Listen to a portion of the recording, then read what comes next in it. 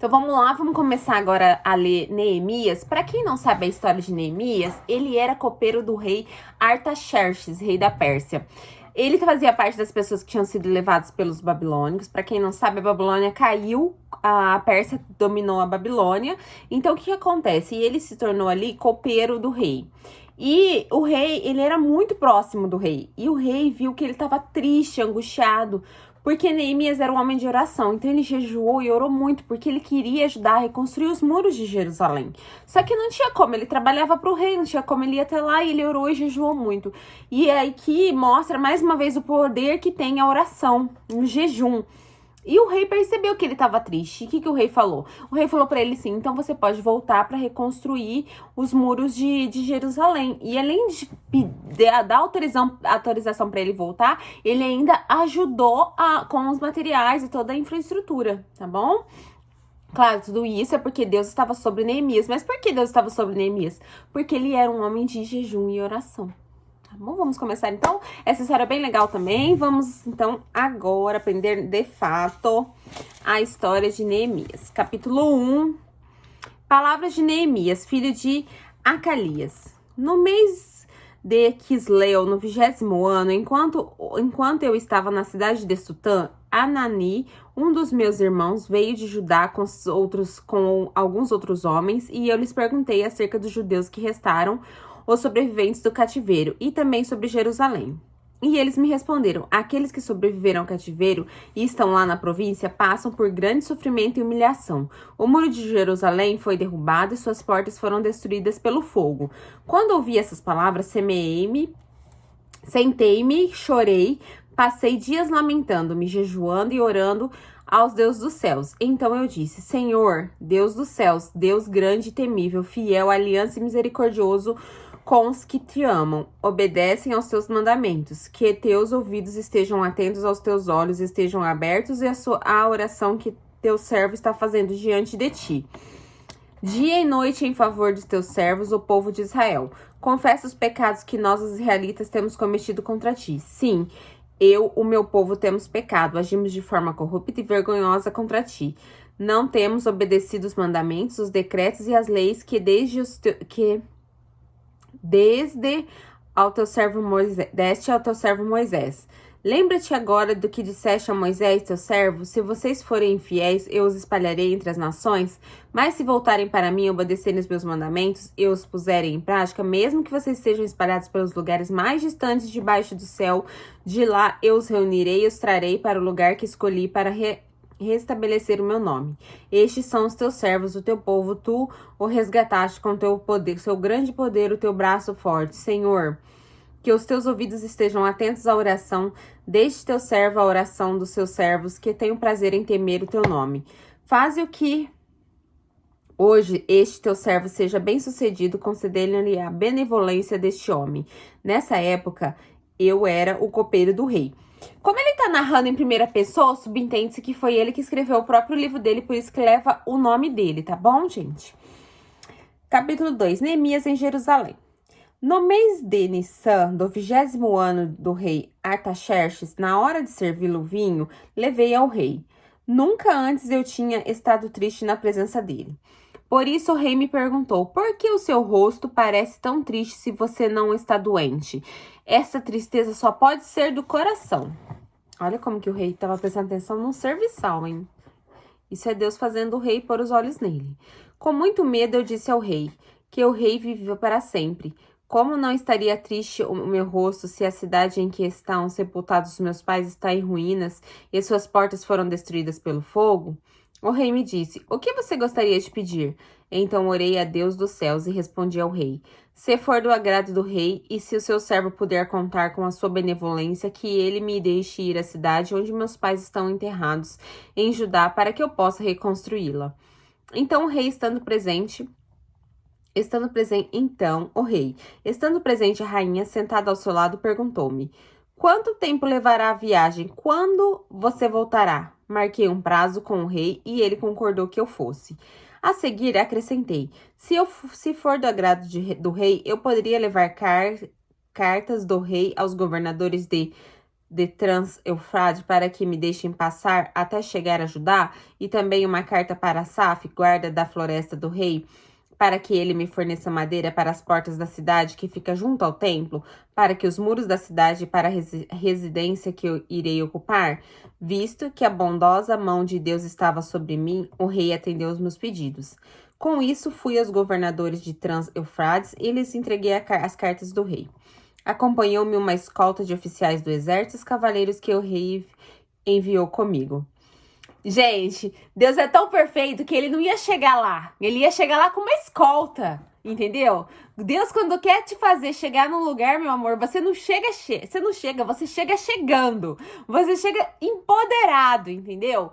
O cara saiu de lá, ele era um simples copeiro. Ele chegou lá com uma guarda.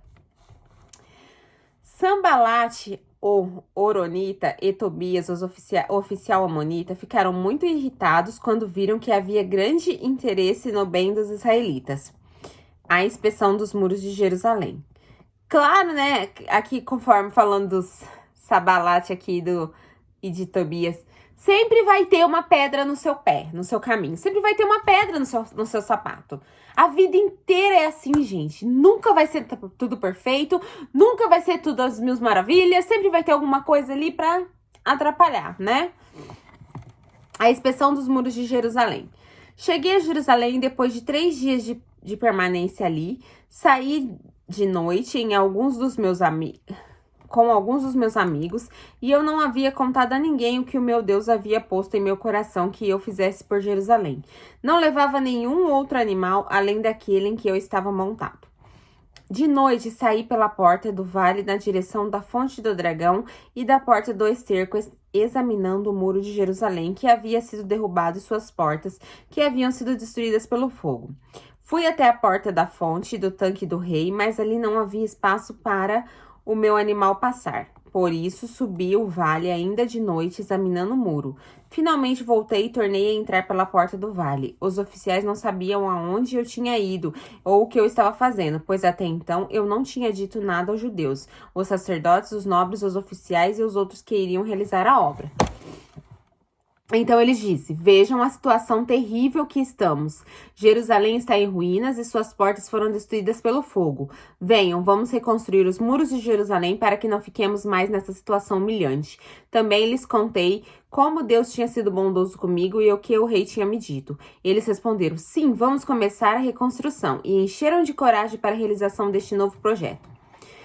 Quando, porém, Sambalate, o Horonita, e Tobias, o oficial amonita, e Gersen, o árabe, souberam disso, zombaram de nós, desprezando-nos, e perguntaram: o que vocês estão fazendo? Estão se rebelando contra o rei?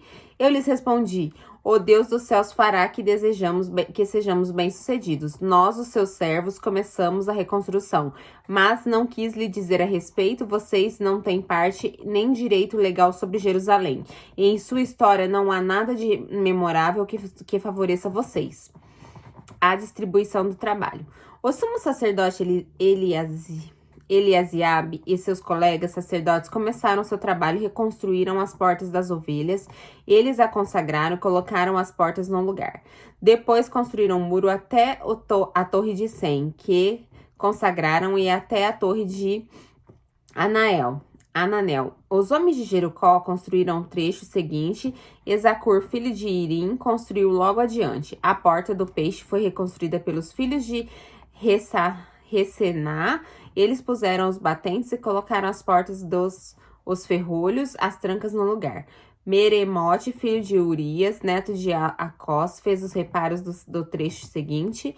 Ao seu lado, Mesulão, filho de Berequias, neto de Mesezabel, fez os reparos. Ao seu lado, Zadok, filho de Baaná, também fez os reparos. O trecho seguinte foi reparado pelos homens de Tecoa.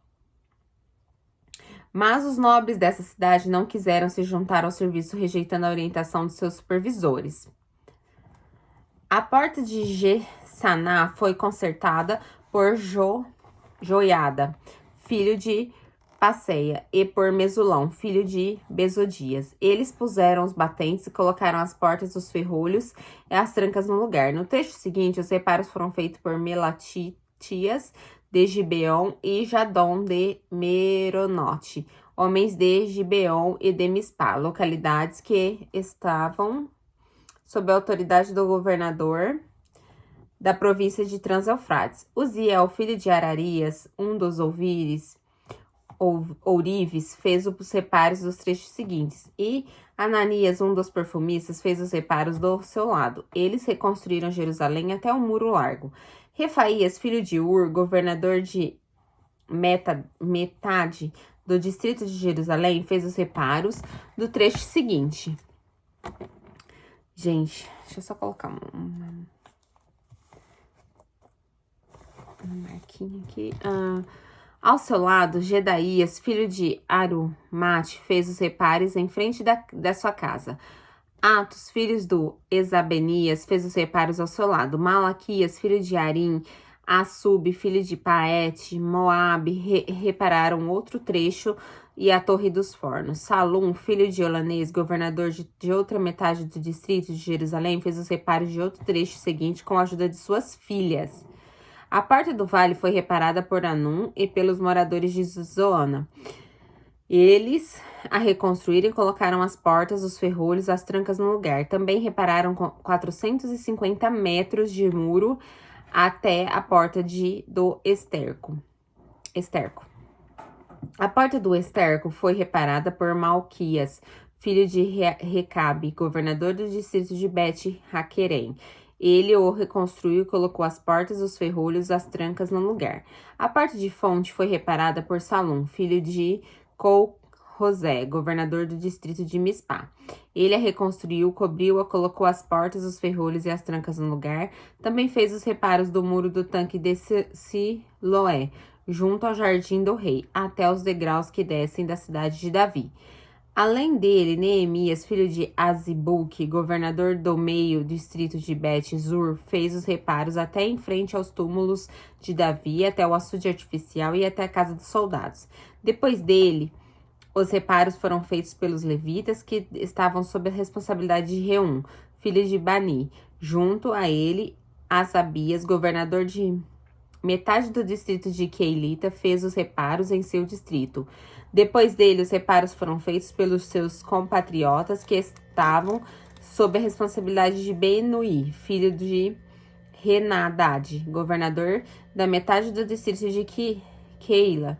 Ao seu lado, Ezer, filho de Jesuá, governador de Mispá, reconstruiu outro trecho, começando de um ponto que fica em frente à subida para a casa das armas, indo até a esquina do muro. Depois dele, Baruque, filho de Zabai, reparou com zelo outro trecho desde a esquina do muro até a entrada da casa do sumo sacerdote Eliasabe. Em seguida, Mereote, filho de Uzias, neto de Acor, reparou outro trecho desde a entrada da casa de Elisabe até o fim dela.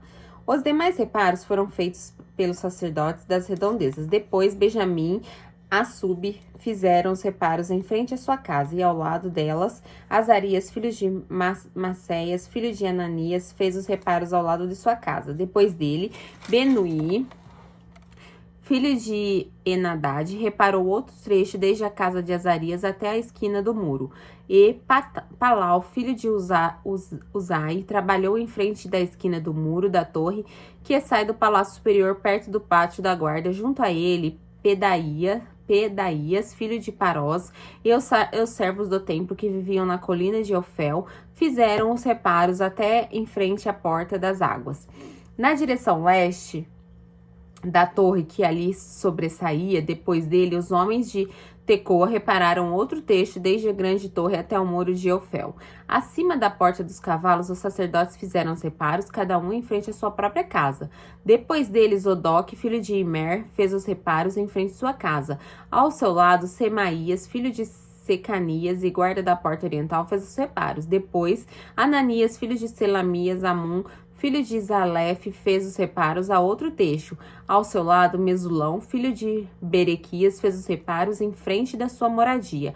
Depois dele, Malquias, um ourives, fez os reparos uns reparos do muro até a casa dos servos do templo dos seus comerciantes, em frente da porta de inspeção, até o posto de vigia da esquina, e entre a sala acima da esquina e a porta das ovelhas, os ourives e os comerciantes fizeram os reparos. Capítulo 4, a oposição à reconstrução. Só um detalhe aqui, gente. Neemias, não foi ele que foi lá e fez e pôs pedra sobre pedra e uau, ele construiu o muro sozinho. Não. Vocês viram que ele só foi assim, a chama que acendeu para todo mundo se unir e fazer acontecer. Tudo que a gente se une, a gente faz acontecer. Uma cabeça pensa melhor do que várias cabeças pensam melhor do que uma. Então, foi a união, né? Como a união faz a força, literalmente aqui. Não foi ele que pôs pedra por pedra lá e reconstruiu um muro que é quilométrico. Não, ele mobilizou todo mundo para cada um fazer a sua parte. Se cada um faz a sua parte, o resultado é esse. O negócio sai. Com ou sem oposição, porque teve oposição. Vamos lá, capítulo 4, oposição à reconstrução. Quando Sambalete soube que estavam reconstruindo o muro, ficou furioso. Ridicularizou os judeus na presença de seus compatriotas e os poderosos de Samaria. Disse: o que aqueles frágeis judeus estão fazendo? Será que vão restaurar o seu muro? Irão oferecer sacrifícios? Irão terminar a obra num só dia? Será que vão conseguir ressuscitar pedras de construção daqueles montes de entulho, de pedras queimadas? Tobias, o amonita, que estava ao seu lado, completou: pois que construam, basta que uma raposa suba para que esse muro de pedras desabe.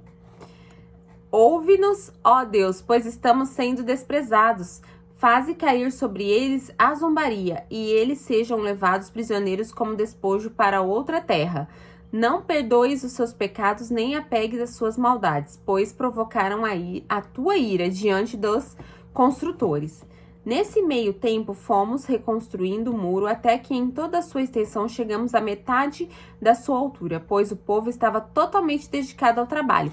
Quando a gente se dedica, pode ter gente falando, pode ter fulano falando, ciclano falando, beltrano falando. Quando você está focado e dedicado em fazer uma coisa, não há quem tire você do foco. Se Deus está ali com você e você está focado, você está ali querendo que o negócio aconteça, não há quem tire. Não há fulano falando na sua cabeça. Quem é fulano na fila do pão para falar contra você? Não é ninguém, meu bem. Se Deus está com você, fulano não é ninguém.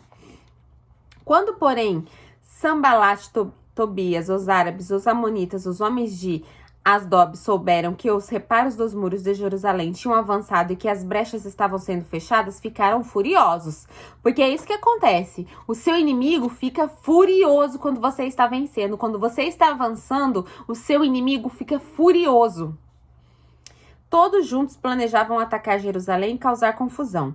Mas nós oramos ao nosso Deus e colocamos guardas de dia e de noite para proteger-nos deles. Enquanto isso, o povo de Judá começou a dizer: os trabalhadores já não têm mais forças e ainda há muito entulho.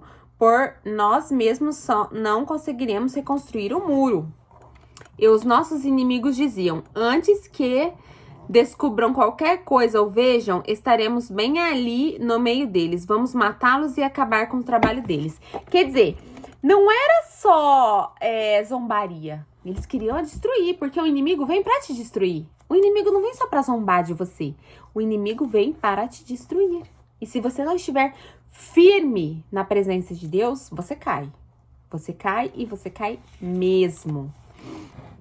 Os judeus que moravam perto deles 10 vezes nos preveniram: pare para onde quer que você se virem, saibam que seremos atacados de todos os lados. Por isso, posicionei alguns do povo atrás dos pontos mais baixos do muro.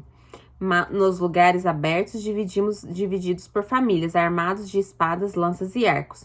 Fiz uma rápida inspeção e imediatamente disse aos nobres, aos oficiais, ao restante do povo: não tenham medo deles. Lembre-se que o Senhor é grande e temível e lutem por seus irmãos, por seus filhos e por suas filhas, por suas mulheres e por suas casas. Quando os nossos inimigos descobriram que sabíamos de tudo que Deus tinha frustrado a sua trama, todos nós voltamos para o muro, cada um para seu trabalho. Daquele dia em diante, enquanto metade dos meus homens fazia o trabalho, a outra metade permanecia armada de lanças, escudos, arcas e couraças. Os oficiais davam apoio a todo o povo de Judá e estavam construindo o muro. Aqueles que transportavam materiais faziam o trabalho com uma das mãos e a outra segurava uma arma. E cada um dos construtores trazia na cintura uma espada quando trabalhava, e comigo ficava um homem pronto para tocar a trombeta. Sabe o que isso daqui tá dizendo pra gente? É que a gente faz as coisas, mas tem que estar preparado. Não é só simplesmente fazer. Você tem que estar preparado para os problemas, para as adversidades. Porque você vai fazer aquilo que você quer, mas muitas coisas vão vir contra você. Por isso que você vai fazer com uma mão e ficar preparado com a outra.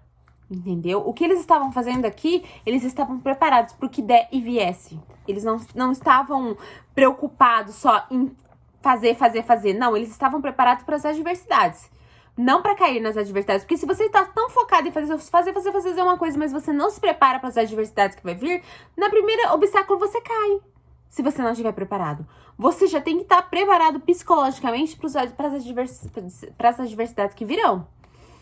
Então eu disse aos nobres, os oficiais e o restante do povo: a obra é grande e extensa, e estamos separados diante uns dos outros ao longo do muro. Do lugar de onde ouvirem o som da trombeta, juntem-se a nós ali. Nosso Deus lutará por nós. Dessa maneira, prosseguimos ao trabalho, com metade dos homens empunhando espadas, desde o raiar até a alvorada, até o cair da tarde. Naquela ocasião, eu também disse ao povo: cada um de vocês e seu ajudante deve ficar à noite em Jerusalém, para que possa servir a guarda e à noite trabalhar durante o dia. Servir a guarda à noite e trabalhar durante o dia.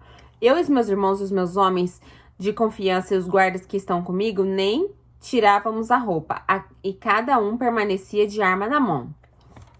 A solução das injustiças sociais. Capítulo 5. Ora, o povo, homens e mulheres, começou a reclamar muito de seus irmãos judeus. Alguns diziam: nós, nossos filhos, nossas filhas, somos numerosos, precisamos de trigo para comer e continuar vivos. Outros diziam: tivemos que penhorar nossas terras, nossas vinhas e nossas casas para conseguir trigo para matar a fome. E havia ainda outros que diziam: tivemos que tomar dinheiro emprestado para pagar o imposto cobrado sobre nossas terras e nossas vinhas.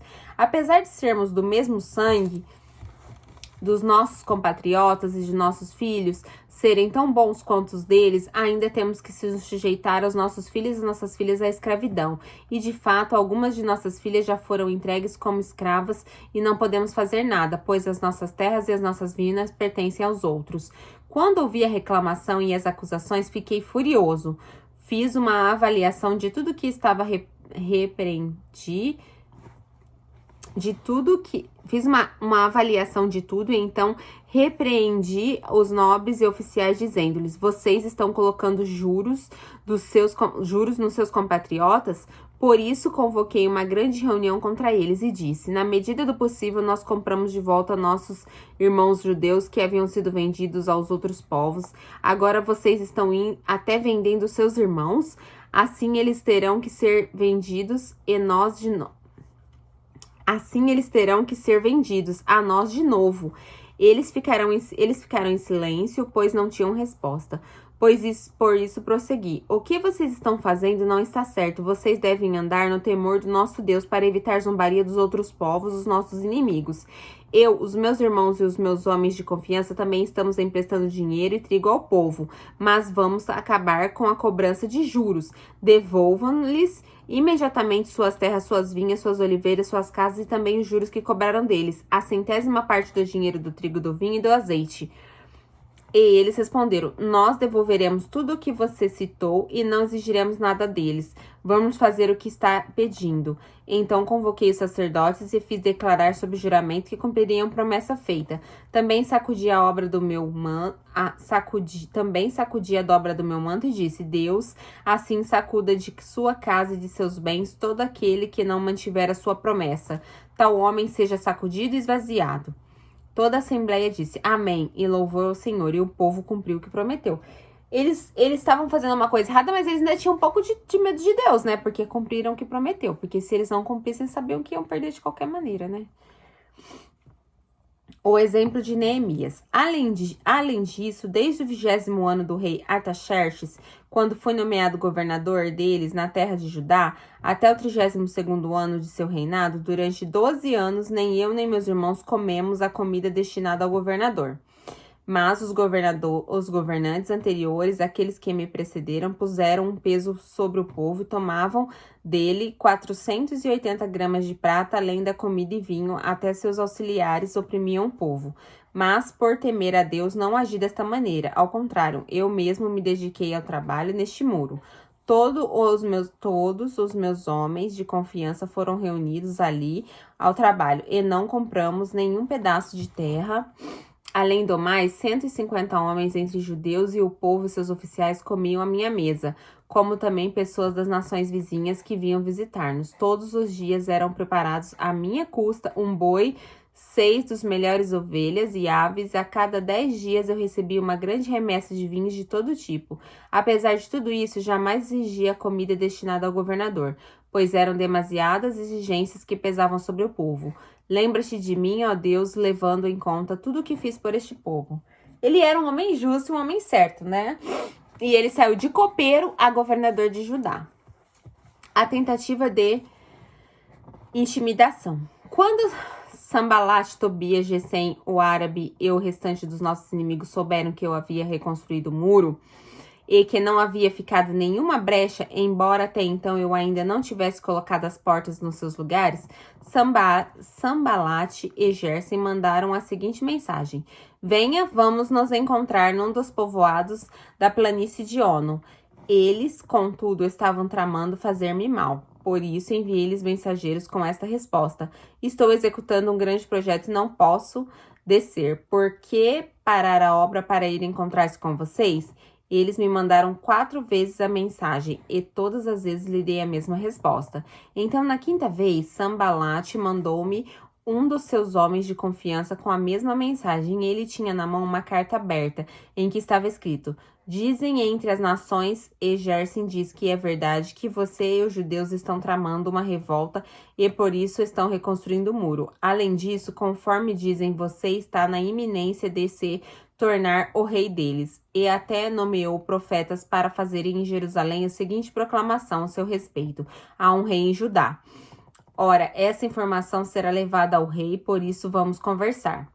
Eu lhe mandei a seguinte resposta: nada disso que você está dizendo está acontecendo, é pura invenção sua. Estavam todos tentando intimidar-nos, pensando: eles serão enfraquecidos e não concluirão a obra. Eu, porém, orei pedindo: fortalece agora as minhas mãos. Num dia fui à casa de Semaías, filho de Delaías, neto de Metabel, que estava trancado porta dentro. E ele disse: vamos encontrar-nos na casa de Deus, no templo no templo, a portas fechadas, pois então estão querendo matá-lo. Eles virão esta noite. Todavia eu lhe respondi: acha que um homem como eu deveria fugir? Alguém como eu deveria entrar no templo para salvar a vida? Não, eu não irei. Percebi que Deus não o tinha enviado e que ele tinha profetizado contra mim porque Tobias e Sambalat tinham contratado. Ele tinha sido pago para me intimidar, a fim de que eu cometesse um pecado agindo daquela maneira, e então eles poderiam difamar-me e desacreditar-me. Lembra-te do que fizeram Tobias e Sambalat, meu Deus? Lembra-te também da profetisa Noádia e do restante dos profetas que estão tentando me intimidar? O término da construção. O muro ficou pronto no 25º dia de Elu, em 52 dias. Gente, eles construíram um muro gigantesco em 52 dias. Tem gente que não consegue construir nem colocar um portão em 50 dias, né? Quando todos os nossos inimigos souberam disso, todas as nações vizinhas ficaram atemorizadas e com orgulho ferido, pois perceberam que essa obra havia sido executada com a ajuda do nosso Deus. E também naqueles dias os nobres de Judá estavam enviando muitas cartas a Tobias, que eles enviavam suas respostas, porque muitos de Judá estavam comprometidos com ele por juramento, visto que era genro de Secanias, filho de Ará, e seu filho Joanã havia se casado com a filha de Mesulão, neto de Berequias. Até ousaram elogiá-lo na minha presença e iam contar-lhe o que eu dizia. E Tobias continuou a enviar-me cartas para me intimidar. Capítulo 7. Depois que o muro foi reconstruído e que eu coloquei as portas no lugar, foram nomeados os porteiros, os cantores e os levitas para governar Jerusalém. Encarreguei o meu irmão Anani e com ele Ananias, comandante da fortaleza, pois Anani era íntegro e temia a Deus, mais do que a maioria dos homens. Eu lhe disse: as portas de Jerusalém não deverão ser abertas enquanto o sol não estiver alto, e antes de deixarem o serviço, os porteiros deverão fechar e travar as portas. Também designei moradores de Jerusalém para sentinelas, alguns em postos no muro, outros em frente de suas casas. A lista dos exilados que retornaram. Ora, a cidade era grande e espaçosa, mas havia poucos moradores e as casas ainda não tinham sido reconstruídas. Por isso, meu Deus pôs no meu coração reunir os nobres e os oficiais, todo o povo, para registrar-nos por famílias. Encontrei o registro genealógico dos que foram os primeiros a voltar. Assim estava escrito ali: estes são os homens da província que voltaram do exílio, os quais Nabucodonosor, rei da Babilônia, havia levado prisioneiro. Eles voltaram para Jerusalém para ajudar cada um para sua própria cidade, em companhia de Zorobabel, Jesua, Neemias, Azarias, Ramanias, Naamani, Mardoqueu, Bilsan, Misperete, Bigavai, Neum, Baaná, e esta é a lista do número dos que retornaram por chefes de família às respectivas cidades.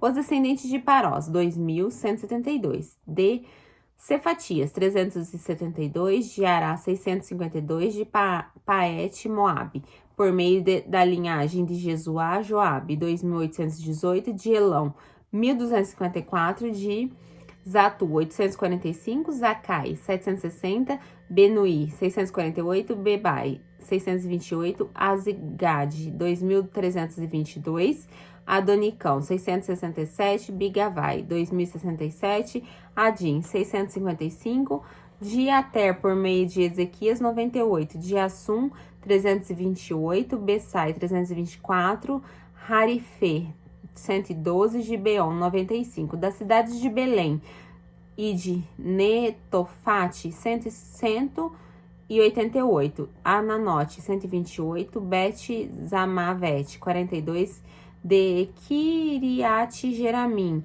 Sefira e Beerote, 743, de Ramá e Geba, 621, de Miquimá, 122, Betel, e Ali, 123, outro Nebo, 52, de outro Elão, 1.254, de Arim, 320, de Jericó, 345, de Lode, Adide, Eono, 721, de Sená, 3.930. Os sacerdotes, os descendentes de Gedaías, por meio da família de Jesuá, 973, de Imer, 1.052, de Passur, 1.247, de Arim, 1.017, os levitas, os descendentes de Jesuá, por meio de Cadmiel, pela linhagem de Rodevá, 74, os cantores, os descendentes de Asaf, 148, os porteiros do templo, os descendentes de Salum,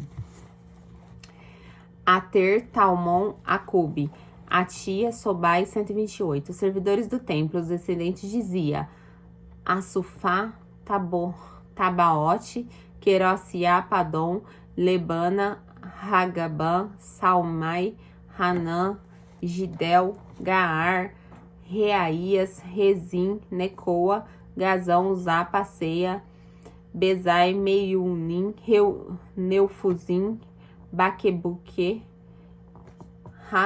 Hakufá, Harur, Baslite, Meida, Harsa, Barcos, Cicera, Tamá, Miseias, Ratifá, os descendentes dos servos de Salomão, os descendentes de Sotai, Soferete, Perida, Jaalá, Darcon, Gidel, Cefatias, Rati, Poquereté, Razebaim e Amon, os servos do templo, os descendentes dos servos de Salomão. 392. Os que chegam da cidade de Tel-Melá, Tel-Hassá, Querube, Adom e Imer, mas não puderam provar que suas famílias eram descendentes de Israel. Os descendentes de Delaías, Tobias e Necoda, 642. E entre os sacerdotes, os descendentes de Rabaías, Racor, Barzilai, homem que se casou com sua filha de Barzilai de Gileade e que era chamado por aquele nome. Esses procuraram seus registros de família, mas não conseguiram achá-los, e dessa forma foram considerados impuros para o sacrifício. Por isso, o governador determinou que eles não comessem das ofertas santíssimas enquanto não houvessem sacerdote para consultar Urim e Turim. O total de todos os registrados foi 42.360 homens, além dos seus 7.337 servos e servas. Havia entre eles 242 cantores e cantoras, possuíam 736 cavalos, 245 mulas, 435 camelos, 6.720 jumentos. Alguns dos chefes das famílias contribuíram para o trabalho. O governador deu à tesouraria 8 quilos de ouro, 50 bacias e 533 vestes para os sacerdotes. Alguns dos chefes das famílias deram à tesouraria 160 quilos de ouro e 1.320 quilos de prata para a realização do trabalho. Ao total dado pelo restante do povo foi de 160 quilos de ouro, 1.200 quilos de prata, 67 vestes para os sacerdotes. Os sacerdotes, os levitas, os porteiros, os cantores, os servidores do templo e também alguns do povo e os demais israelitas estabeleceram-se em suas próprias cidades. Ok? Então, eu vou começar no próximo vídeo, né? Amanhã a gente continua com a leitura pública da lei. E devagar, Neemias tá aí, ó, fazendo o negócio andar. E é assim que funciona. A gente vai devagar, devagar e vai fazendo o negócio andar. E você vê mais uma vez os nomes todos, pra gente ver que isso daqui não é... As pessoas que falam que a Bíblia não é real, como? Se existem documentos históricos que provam que tudo isso aconteceu, que tudo isso é histórico. E as coisas acontecem de uma forma tão absurda que não tem como a gente falar que não era um milagre, que não era a mão de Deus ali. Como que você constrói um muro em 50 e poucos dias? 50 e poucos dias. Um muro gigantesco, sem contar com a infraestrutura que nós temos hoje. A não ser que seja pela mão de Deus, para amolecer o coração de todo mundo, para trabalhar exaustivamente, para construir uma coisa tão grandiosa. Então, assim, que existiu tudo isso, existem documentos históricos que comprovam que essas pessoas existiram e tudo isso. Agora, que os milagres aconteceram, é óbvio, porque não tem como não ser milagre isso tudo. A Bíblia é um milagre porque o que acontece aqui são milagres, ok? Até o próximo vídeo, até amanhã, gente. Beijos e fiquem com Deus.